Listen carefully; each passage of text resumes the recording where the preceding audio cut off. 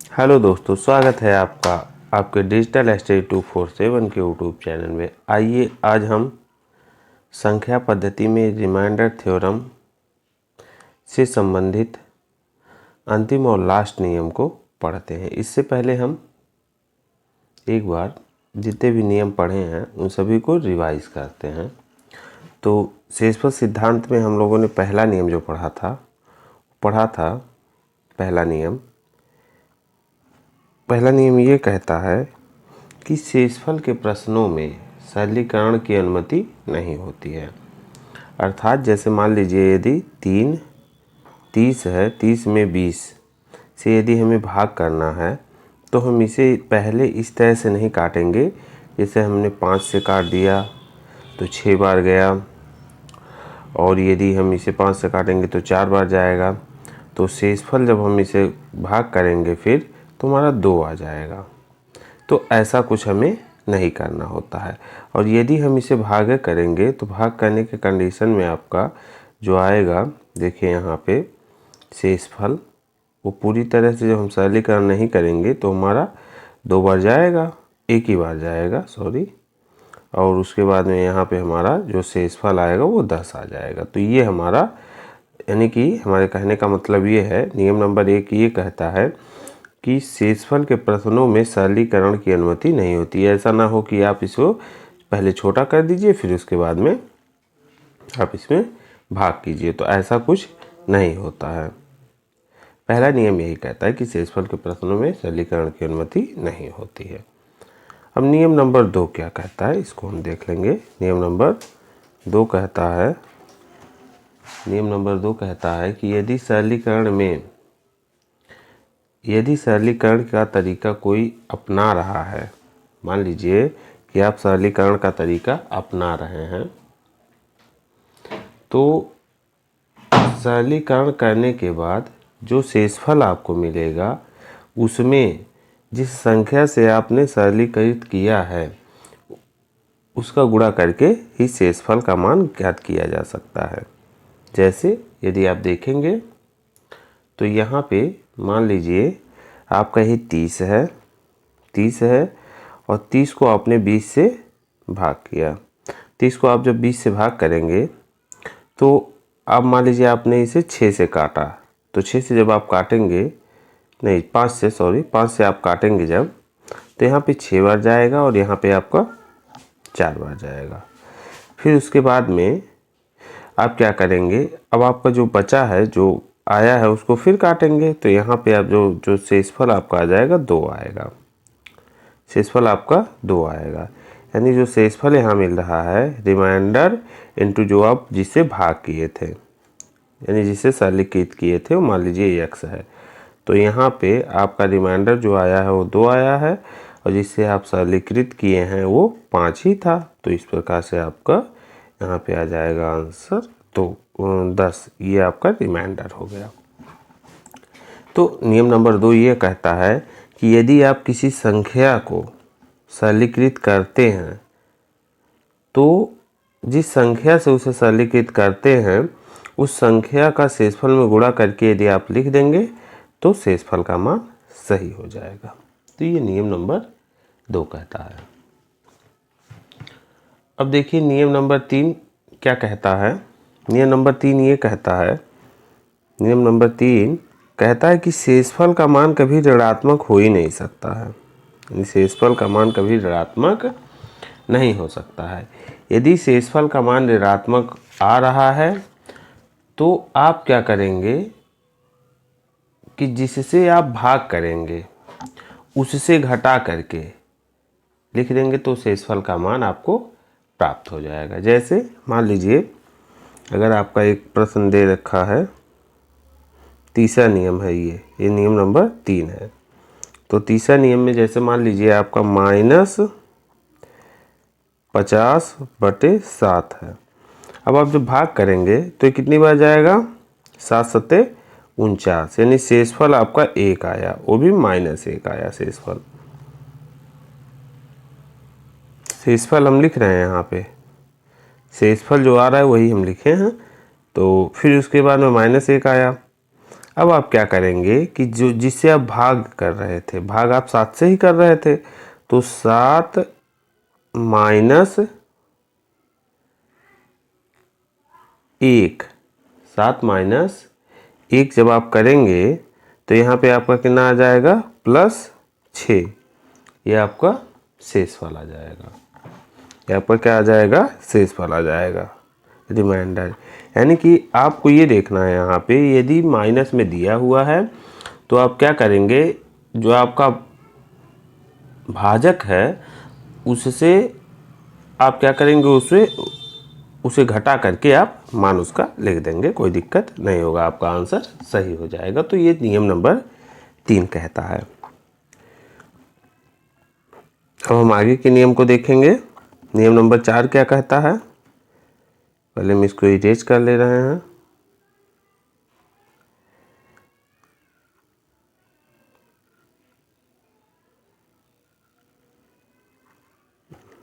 नियम नंबर 4 क्या कहता है, इसको हम देख लें। नियम नंबर 4 कहता है कि यदि शेषफल के प्रश्नों में, देखिए नियम नंबर 4 यदि आप देखेंगे तो ये दिया हुआ है, कह रहा है कि यदि शेषफल के प्रश्नों में समीकरण a+1n को यदि हम a से भाग करें तो शेषफल हमेशा क्या होगा, शेषफल क्या होगा, हमेशा 1 होगा।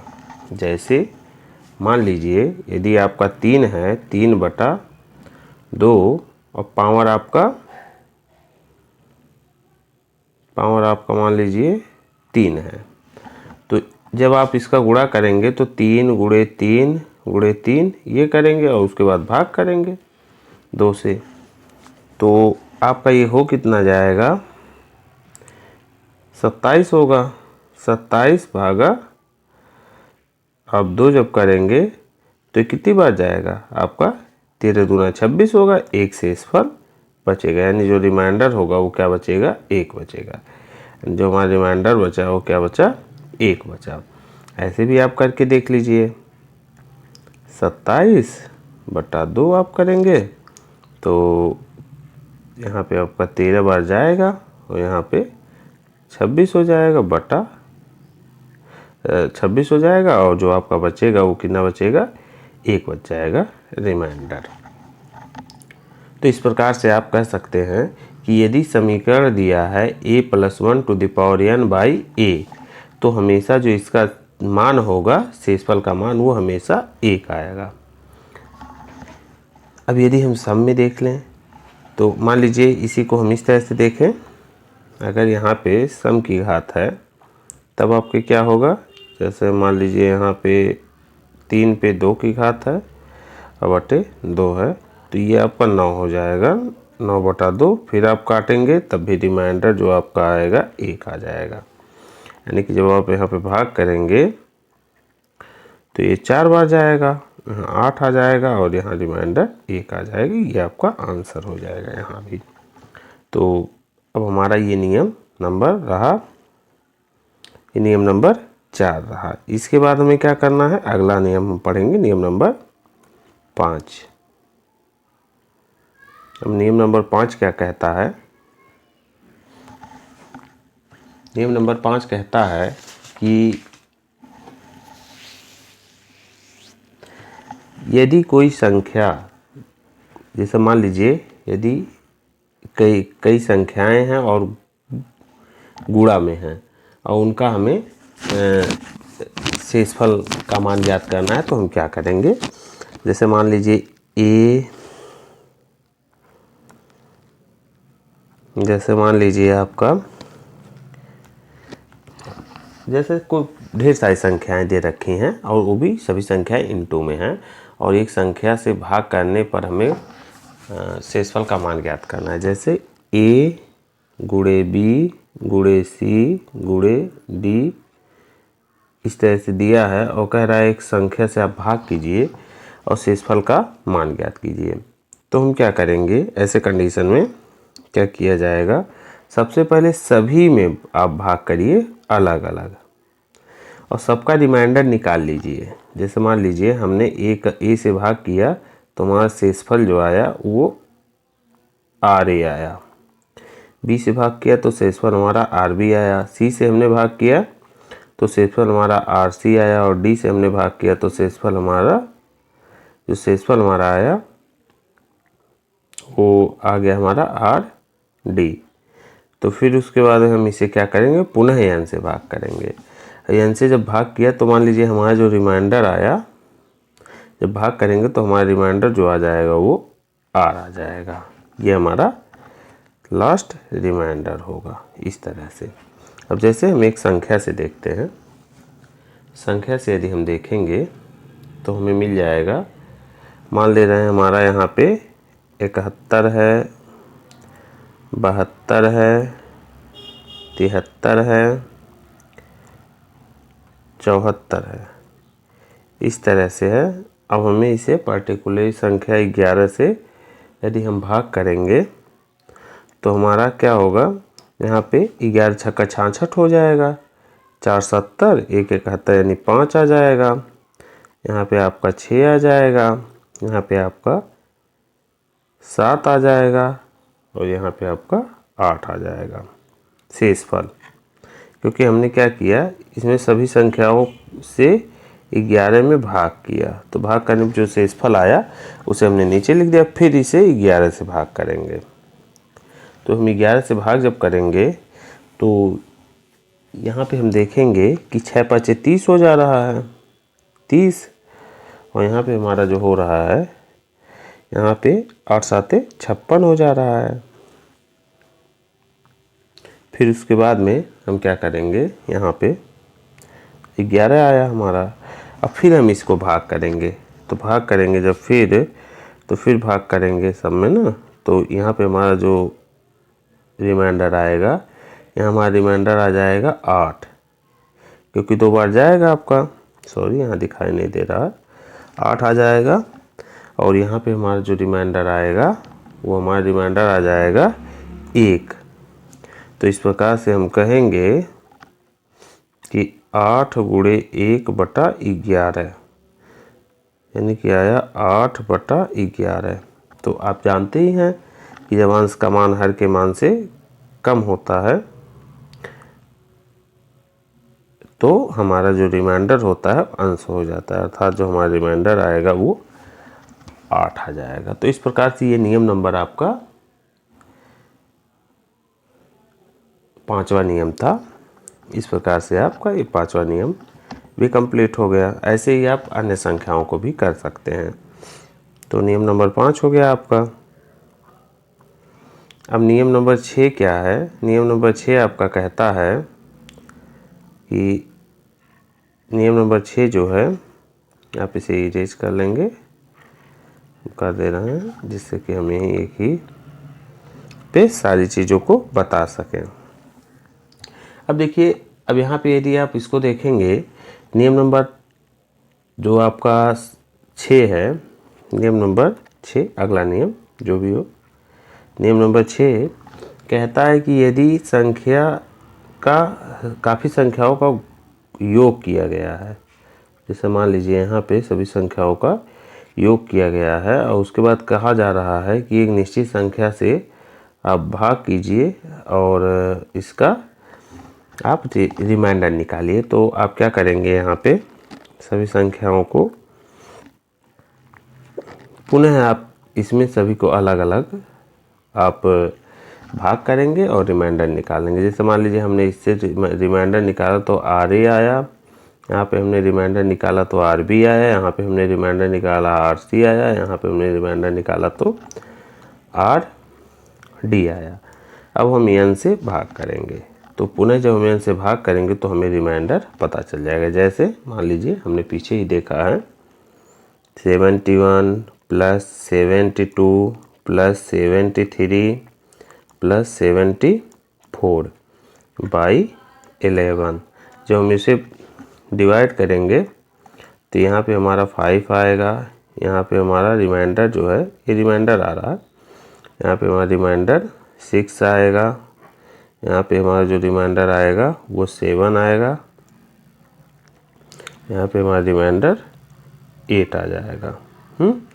तो हम यहाँ पे सभी को लिखेंगे, यानी 5, 6, 7 और आपका 8 आ जा रहा है। फिर हम 11 से जब डिवाइड करेंगे तो यहाँ हमारा 30 और ये हमारा आ जाएगा, फिर प्लस है, सॉरी यहाँ पे सभी पे प्लस ही रहेगा, प्लस है ना, तो प्लस ही रहेगा। फिर हम 11 से जब करेंगे, इसे डिवाइड करेंगे तो यहाँ पे हमारा ये जो आएगा यहाँ 8 आ जाएगा और प्लस यहाँ पे हमारा आ जाएगा 1/11। तो फिर यहाँ पे हमारा आएगा 9/11। तो यहाँ जो हमारा रिमाइंडर आएगा वो क्या आ जाएगा, जो रिमाइंडर आएगा वो 9 आ जाएगा। तो इस प्रकार से हमारा नियम नंबर 6 भी कंप्लीट हो गया। अब नियम नंबर 7 क्या कहता है, इसे भी हम देख ले रहे हैं। नियम नंबर 7 जो कह रहा है इसको भी हम देख ले रहे हैं। नियम नंबर 7 क्या कहता है इसे हम देखेंगे। तो नियम नंबर 7 कहता है कि यदि कोई समीकरण a⁴n/a+1 दे रखा है, या आप इसे इस तरह से लिख सकते हैं a-1/n/a, और आपका n का मान या तो सम हो, सम या विषम, तब जो मान आएगा जब सम रहेगा, सम के कंडीशन में हमेशा क्या आएगा, 1 आएगा। सम में हमेशा n का मान जब सम है तो हमेशा 1 आएगा, और जब विषम है, विषम किसका, n का मान, तो हमेशा अंश हो जाएगा, अंश के बराबर।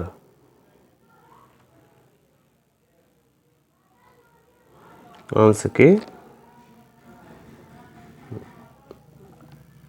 के बराबर ही होगा, ठीक है, अंश के बराबर हो जाएगा। तो इस प्रकार से हमारा ये नियम है। जैसे यदि हम उदाहरण से समझना चाहें तो इस प्रकार से समझ सकते हैं।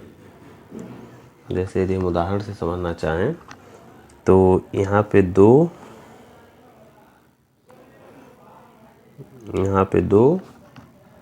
पर आप 2 करेंगे बटा 3 करेंगे तो आपका आ जाएगा 4/3, यानी जब आप भाग करेंगे तो आपका 1 आ जाएगा। ये सम के कंडीशन में था, n = 2।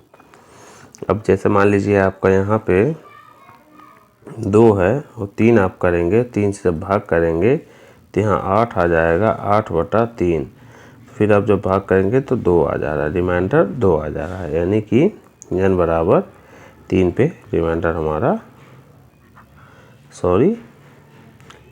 हमारा जो रिमाइंडर आया है वो क्या आया है, जो हमारा रिमाइंडर आया है वो क्या आया, 2 आ गया। जो हमारा रिमाइंडर आया वो 2 आ गया। तो इस प्रकार से हमारा ये भी प्रश्न पूरा हो जा रहा है।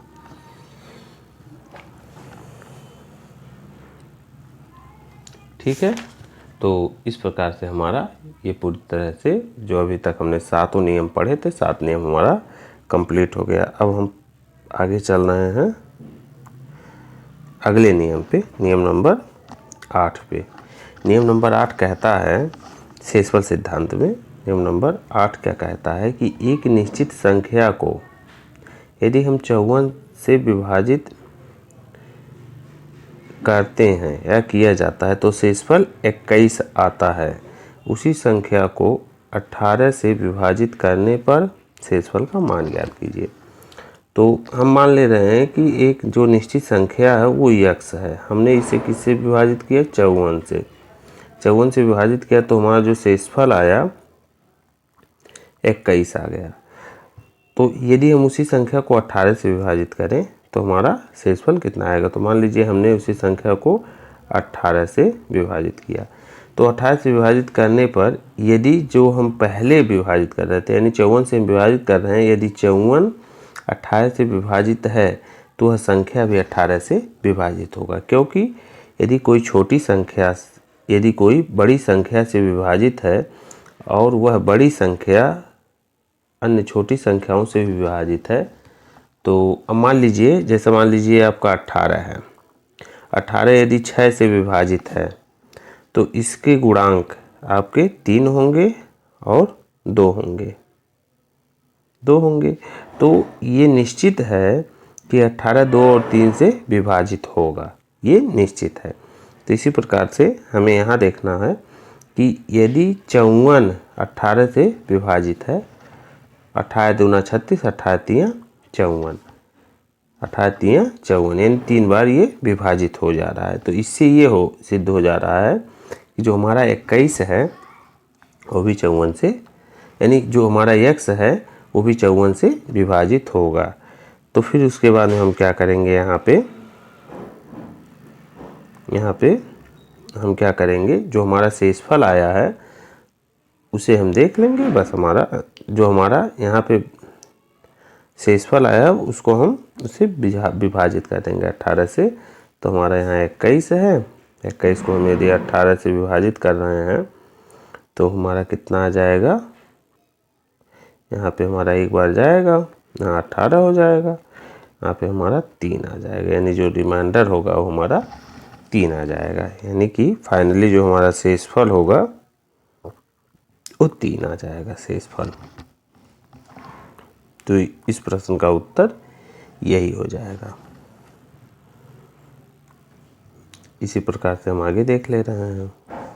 अगला क्या कह रहा है कि एक निश्चित संख्या को यदि 45 से विभाजित किया जाता है तो शेषफल 32 आता है। इसी संख्या को यदि 15 से विभाजित किया जाए तो शेषफल क्या होगा। फिर हम निश्चित संख्या मान लीजिए x है, x को यदि हम 45 से भाग करेंगे तो शेषफल जो हमारा आ रहा है वो कितना आ रहा है, 32 आ रहा है। तो यदि हम उसी संख्या को 15 से भाग करेंगे तो हमारा कितना आएगा। अब चूंकि ये कट जा रहा है तो इस कारण से जो हमारा शेषफल आएगा वो भी, इस कारण से हमारी जो संख्या यानी x भी इससे कटेगा। चूँकि ये कट जा रहा है, ये इससे कटेगा, ये इससे कट रहा है ना। अब देखेंगे 45 15 से कट जा रहा है, चूँकि 45 जब 15 से कटा है तो x भी 15 से कटेगा। तो इस कंडीशन में हमें क्या करना होगा, जो हमारा शेषफल आया है उसको हमें 15 से हम क्या करेंगे, भाग कर देंगे। तो 15 से हम भाग करेंगे इसमें तो हमारा यहाँ पे देखिए 2 बार जा रहा है, तो यहाँ पे ये 30 आ जा रहा है, तो यहाँ 2 आ गया, यानी कि जो इसका रिमाइंडर है वो 2 आ गया। ठीक है, चूँकि ये यहाँ से कट रहा है ना, अब ये पहले से कट जा रहा है, यानी 45 15 से कट जा रहा है, इस कारण से अब 45 से ये हमारा x भी कट जा रहा है, तो इस कारण से हमारा यहाँ पे ये शेषफल जो हमारा है वो 2 आ जाएगा। ठीक है, आगे के प्रश्नों को हम देखते हैं। आगे का प्रश्न क्या है, कह रहा है एक निश्चित संख्या को यदि 57 से विभाजित किया जाता है तो शेषफल 30 आता है। इसी संख्या को 23 से विभाजित किया जाए तो शेषफल क्या आएगा। अब आप देखेंगे, मान लीजिए x है, x को हमने 57 से विभाजित किया तो जो हमारा शेषफल आया वो 30 आ गया। इसी संख्या को यदि हम 23 से विभाजित करेंगे तो आप देखेंगे 23 से ये पूरी तरह से नहीं कट रहा है, क्योंकि 23 दूना आपका 46 हो जाएगा, तो ये पूरी तरह से नहीं कट रहा है। इस कारण से अब x भी नहीं कटेगा, तो इस कारण से हम देखेंगे तो हमें जो शेषफल हम यहाँ पे जो हमारा डाटा है, यहाँ हम बताएंगे कि डाटा अपर्याप्त है। अब यहाँ पे ये कट ही नहीं रहा है, इससे कटेगा नहीं, यानी कि जब इसका अंश इससे कटेगा तभी होगा। अगर नहीं कट रहा है तो आप लिखेंगे कि जो हमारा दी गई जानकारी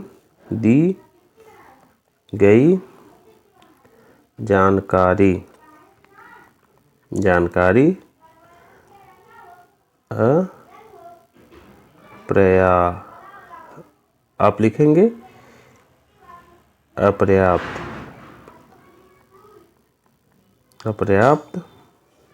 है। शेषफल का मान, यानी आप लिख सकते हैं, ऐसा भी बता सकते हैं कि दी गई जानकारी पूरी नहीं है, ऐसा भी आप कह सकते हैं। चलिए ठीक है, क्योंकि यहाँ से भाग नहीं गया है। अब ये नहीं कट रहा है, यहाँ पे आप देखेंगे ये नहीं कट रहा है तो ये भी नहीं कटेगा। ठीक है, आगे हम देख रहे हैं। अब आगे के प्रश्नों को यदि हम देखेंगे तो हमारा आगे का जो प्रश्न है वो हमारा क्या होगा। यहाँ पे कह रहा है कि एक निश्चित संख्या को यदि 99 से विभाजित किया जा रहा है तो शेषफल 45 आ रहा है। उसी संख्या को 11 से विभाजित किया जाए तो शेषफल क्या होगा। अब आप फिर देखेंगे, मान लीजिए एक निश्चित संख्या x है और x को आप 99 से विभाजित कर रहे हैं तो आपका जो शेषफल आ रहा है वो 45 आ जा रहा है। उसी संख्या को यदि आप 11 से विभाजित करेंगे तो क्या आएगा। तो सबसे पहले हम देखेंगे 11 से 99 विभाजित है, हाँ है। यदि यह है 11 से तो यह भी विभाजित होगा, तो इस कारण से और जो शेषफल आया वो भी विभाजित होगा। तो आप यहाँ लिखेंगे 45, फिर आपका कितनी बार जाएगा, 4 बार जाएगा, आपका 44 हो जाएगा। यहाँ पे आपका रिमाइंडर जो शेषफल आएगा वो 1 आ जाएगा। क्यों आएगा, क्योंकि ये इससे 99 जो है वो 11 से विभाज्य है, तो इस कारण से हमारा ये संख्या विभाज्य होगा और जो शेषफल आ रहा है वह भी विभाज्य होगा। तो विभाज्य करने पर जो हमारा रिमाइंडर आया है वो कितना आया है, हमारा 1 आ गया है। तो इस प्रकार से आज हमारा रिमाइंडर थ्योरम पूरी तरह से कंप्लीट हो रहा है। इसमें जहाँ तक जानकारी में था तहाँ तक पूरा हुआ। अभी रिमाइंडर थ्योरम के सारे टाइप पूरे हो चुके हैं। तो इस प्रकार से आज आपका रिमाइंडर थ्योरम कंप्लीट हो रहा है। आगे हम शून्यों की संकल्पना अगले चैप्टर में देखेंगे, संख्या पद्धति में शून्यों की संकल्पना। तो अब चलिए, भारत माता की जय, वंदे मातरम। चैनल को लाइक, शेयर और सब्सक्राइब करते रहिए आप लोग, जिससे कि हमें मोटिवेशन मिले।